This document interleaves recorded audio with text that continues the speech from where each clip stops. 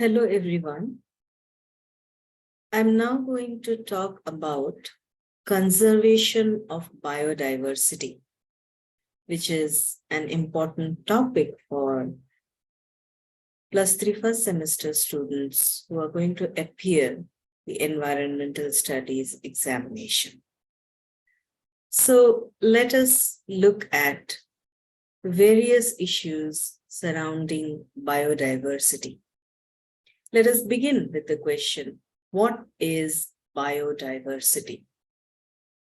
Biological diversity deals with the degree of nature's variety in the biosphere. Variety is the key word here. This variety can be observed at 3 levels. 1, the genetic variability within a species.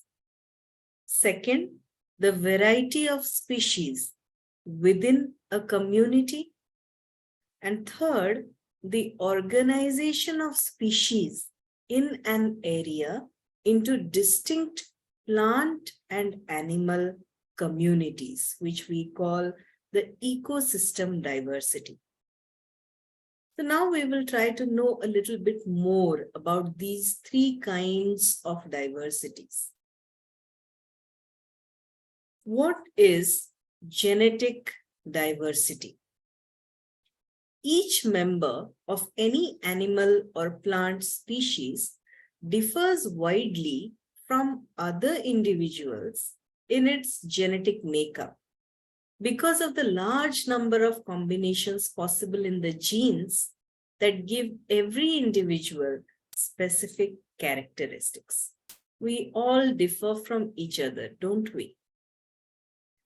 The diversity in wild species forms the gene pool from which our crops and domestic animals have been developed over thousands of years. And this is an important idea of looking at genes or the genetic makeup of plants and animals as resources. Today, the variety of nature's bounty is being further harnessed by using wild relatives of crop plants to create new varieties of more productive crops and to breed better domestic animals. Okay, then let us go to the next kind of diversity, which is species diversity.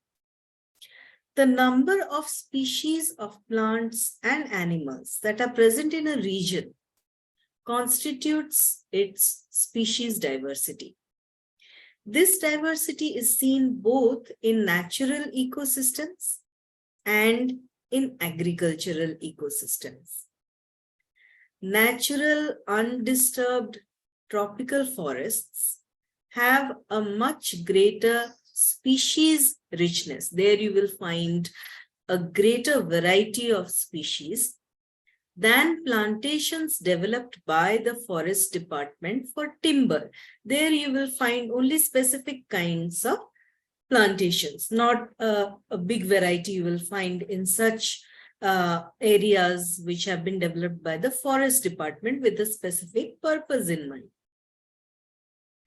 A natural forest ecosystem provides many non-wood products that local people depend on, such as fruit, fuel wood, fodder, fiber, gum, resin, and medicines.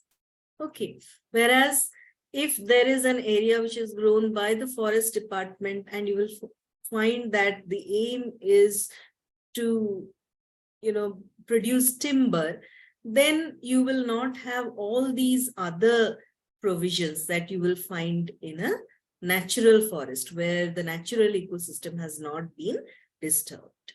Okay. Then let us go to the next kind, which is ecosystem diversity. There are a large variety of different ecosystems on Earth, which have their own complement of distinctive interlinked species based on the differences in the habitat or the living area. Ecosystem diversity can be described for a specific geographical region. We can talk about ecosystem diversity in a geographical region, or we can talk about ecosystem diversity in a particular country, a state, or a taluk. Okay. Distinctive ecosystems include landscapes such as forests, grasslands, deserts, mountains, as well as aquatic ecosystems such as rivers, lakes, and the sea. So there is diversity in the ecosystem. Many kinds of different ecosystems are there. Each region also has man-modified areas such as farmland or grazing pastures. And apart from these natural ecosystems, there are also those areas which are modified by man, where human action has taken place for a particular purpose, like for example, a farmland for the purpose of agriculture, and grazing pastures where they take their domestic animals to graze. Okay. So now you must have got some idea about ecosystem diversity. Then let us look at the biogeographic classification of India. Okay. Our country can be conveniently divided into 10 major regions based on the geography, climate, and pattern of vegetation seen, and the communities of mammals, birds, reptiles, amphibia, insects, and other invertebrates that live in them. Okay, so we have a wide variety of biogeographic zones depending upon the biodiversity. Okay, each of these regions contains a variety of ecosystems such as forests, grasslands, lakes, rivers, wetlands, mountains, and hills, which have specific plant and animal species. So what are the broadly divided 10 biogeographic zones in India? Trans-Himalaya, Himalaya, desert, semi-arid regions, the Western Ghats, the Deccan Peninsula, Gangetic Plain, then there are coasts, then the Northeast region, and the islands. Okay, so broadly they have been divided in this manner. Okay. Now, let us look at this concept of India as a mega diversity nation. Why is India called a mega diversity nation? What is this concept? Mega diversity refers to a country's ability to exhibit a high level of biodiversity. So those countries which have a high level of biodiversity means you will find many varieties of plants and animals there. Those countries, they are known as mega diversity nations. Okay, and there is a benchmark, there is a criterion. A biologically diverse nation has at least minimum, okay, 5,000 plant species and must be bordered by marine ecosystems. There must be water all around. Okay. India is one of the world's mega diverse countries with 45,000 plant species and twice as many animal species. Of course, India would be called a mega diversity nation because of the huge diversity of flora and fauna that we find here. India has only 2.4% of the world's land area. And this is interesting. Okay. Of the world's total land area, India has 2.4% land area. But it has 8.1% of the world's species diversity, making it one of the world's 12 mega diversity countries. Okay. Then, Let us look at some biodiversity hotspots in India. Which are the biodiversity hotspots? Coined by Norman Myers, the term biodiversity hotspots can be defined as the regions which are known for their high species richness and endemism. Okay, so where you will find a lot of variety of species, different species, those are called biodiversity hotspots. And it is important that those species are endemic to that particular area. So what is this concept of endemism? What is endemism? It is the state of a species being found in a single defined geographic location. Okay, such as an island. It could be an island, a state, a nation, a country, or some other defined zone. But a particular species should be found in that zone only. Organisms that are indigenous to a place, that means originally they are found in that place, they are not said to be endemic to that place if they are also found elsewhere. So if individuals are found in more than one places, then they are not endemic to a particular place. But if a species is only found in a particular geographic location, then that species is said to be endemic to that particular location. So India has 4 biodiversity hotspots.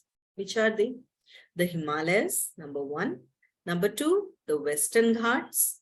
Number 3, the Indo-Burma region. And number 4, the Sundaland, which includes the Nicobar group of islands. So far as India is concerned, it includes Nicobar group of islands. So these are the 4 biodiversity hotspots. You will find a lot of species richness there. Biodiversity loss. So why is there loss in biodiversity? Since we are talking about conservation, it means biodiversity is being lost. So what could be the reasons? Biodiversity loss is caused by 5 primary drivers. There are 5 main reasons. Number 1, habitat loss. Okay. So because we are destroying forests, because we are cutting down a lot of trees, okay, we are destroying their habitat, the place where they live. Then, invasive species. If other species come into their area and they somehow prey on these, these species who were originally there, then also there will be biodiversity loss. So because of these species from outside, the species who live there, their lives will be at risk. Then over-exploitation, that means extreme hunting. If there is a lot of hunting going on in a particular area, of course the biodiversity will be affected, animals will be killed, okay, in large numbers.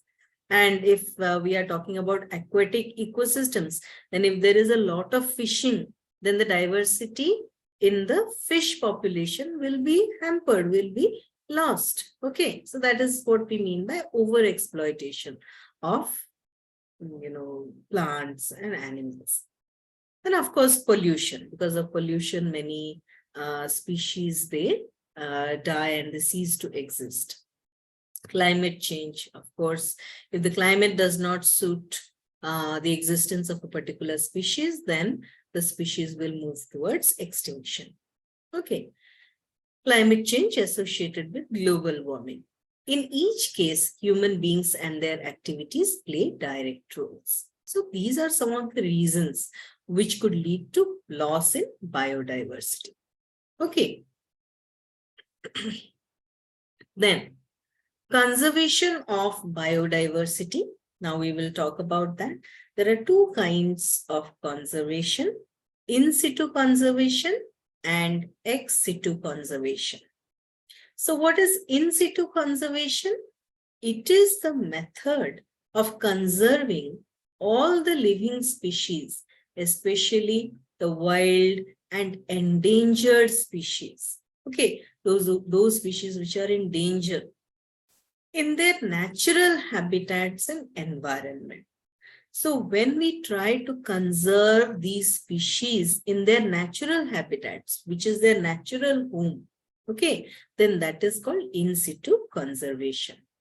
In situ conservation of biodiversity includes biosphere, reserves, national parks, wildlife sanctuaries, etc. There are many varieties of protected areas in India. These areas are called protected areas, okay, of which 106 are national parks and 567 are wildlife sanctuaries. So these are latest data. There are 106 national parks and 567 wildlife sanctuaries in India as per recent reports. Then, what is ex-situ conservation? It is the method of conserving all the living species in artful habitats. That means which are not natural habitats, but which have been prepared, okay, with a view to saving these species. Okay, so it is the method of conservation where artful habitats that reflect the natural living habitats of the species are used. Okay, examples of ex-situ conservation of biodiversity include aquariums. You are acquainted with aquariums. Okay, then botanical gardens. Then there is something called cryopreservation. Now, what is this process? It is an example of ex-situ conservation. What is this? It is a process where biological material, that is cells, tissues, or organs, okay, they are frozen to preserve the material for an extended period. So they are maintained in very low temperatures. They are frozen so that they can be preserved for an extended period. That is called cryopreservation. Then there are DNA banks for storage of genetic material. Then we have zoos. Okay, so all these, they will come under ex-situ conservation. Now, to give an example, a crocodile breeding and conservation program was initiated in 1975 in India. Okay, to save crocodiles, because you see crocodiles, they are killed because of their skin, their hide. Okay, their skin is used to make different kinds of products, and therefore crocodiles are in danger. So to save crocodiles, this kind of a breeding program was started in India. Crocodiles have been extensively bred in over 30 captive breeding centers, zoos, and other sites where successful breeding takes place. So if the breeding is successful, that means we will have more number of crocodiles of different varieties. And in that process, we can conserve crocodiles. Okay. Then, let us talk about some initiatives made at the national level and at the state level to protect wildlife. Okay, some steps that the country has taken and some steps that our state Odisha has taken. So let us first talk about Project Tiger. And you can see the logo of this project on screen. India leads tiger conservation. Okay. Now, Project Tiger is a tiger conservation program launched in November 1973 by the government of India during Prime Minister Indira Gandhi's tenure.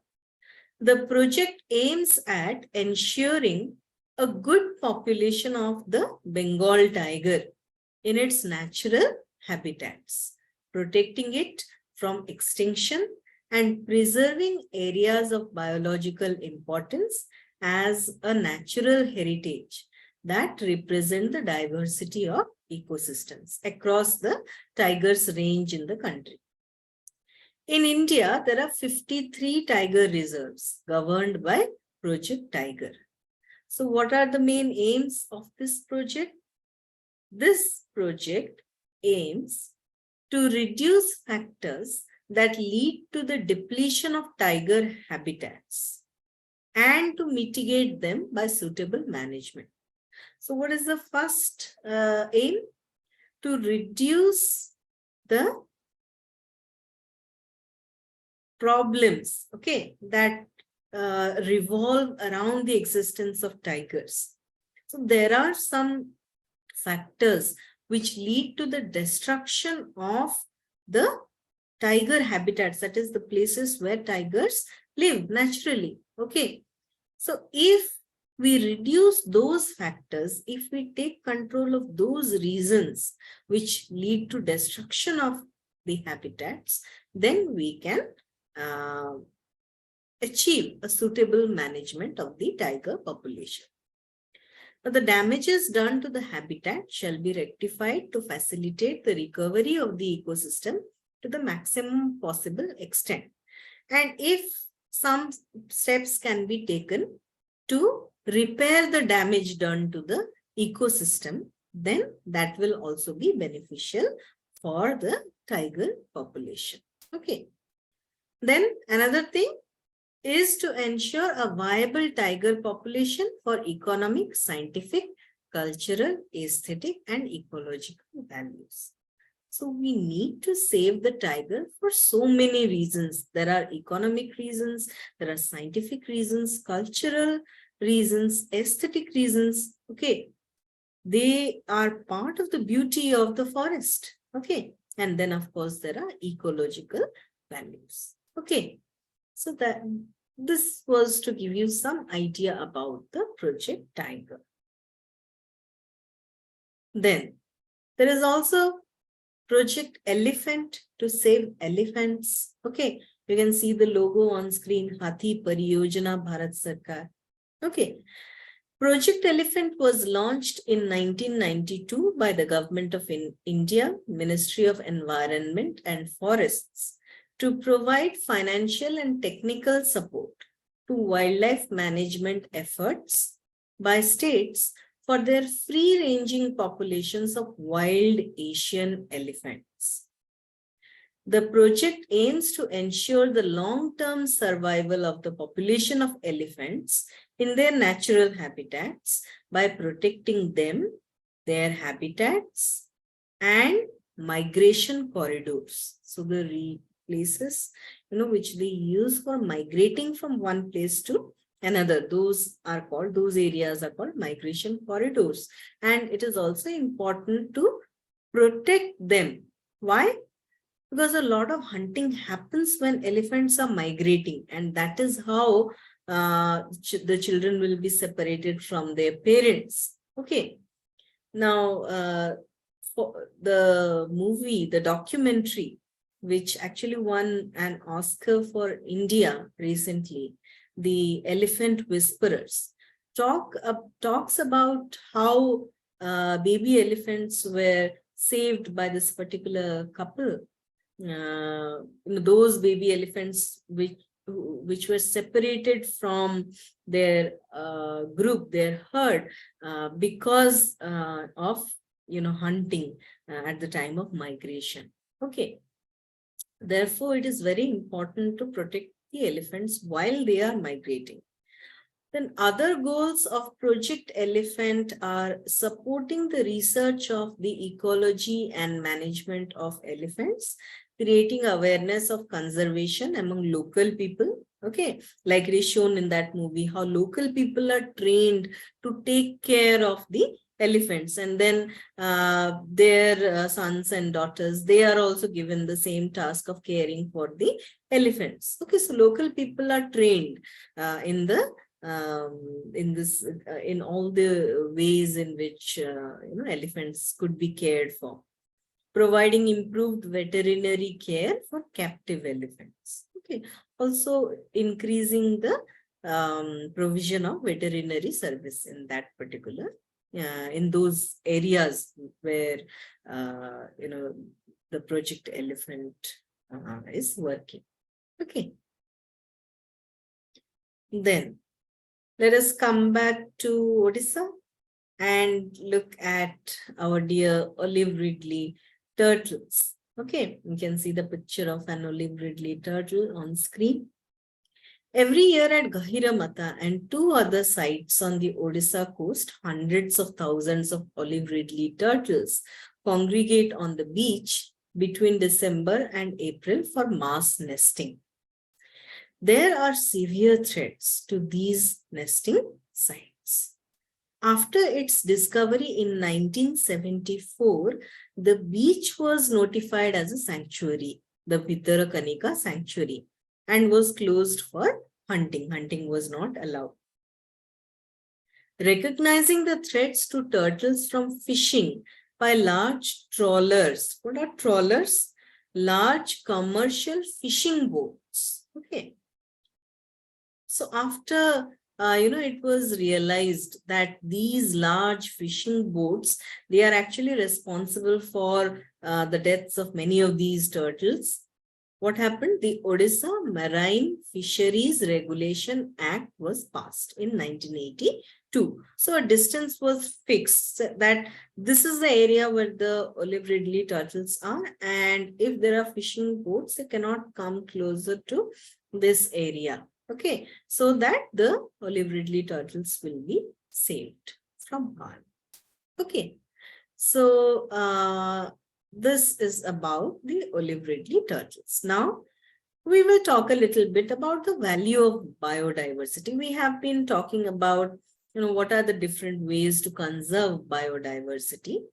Then why should we save biodiversity? We must also know that forests are the main mechanism for the conversion of carbon dioxide into carbon and oxygen.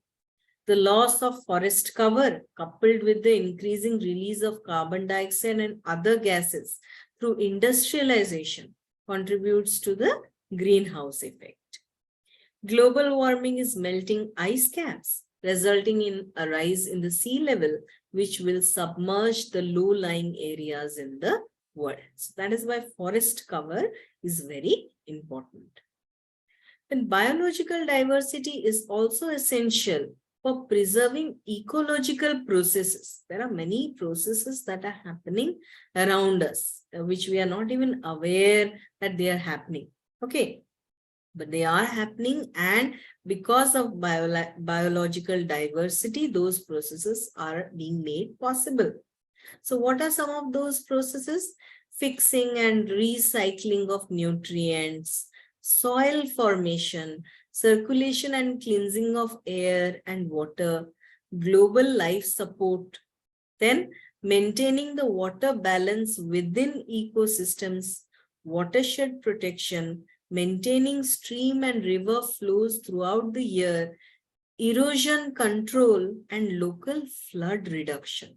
So biological diversity also helps make these processes real. Okay.